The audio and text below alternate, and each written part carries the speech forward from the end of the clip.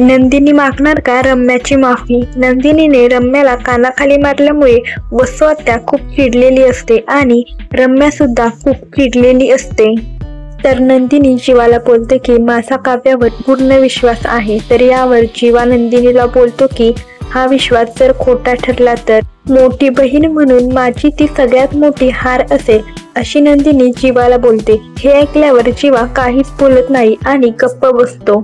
तर इकडे पार्थचे बाबा मालिनीला सांगत असतात की नंदिनीने जे काही केलं आहे ते बरोबर केलं आहे, तिने काही चुकीचं केलं नाही.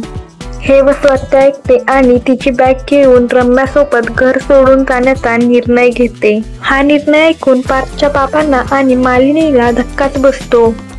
तर ते बोलतात की मी काय करू म्हणजे तू आणि रम्या इथे थांबाल. तर वसुआत्या सांगते की या नंदिनीने रम्याची नाक घासून माफी मागितली तरच आम्ही हे घर सोडून जाणार नाही.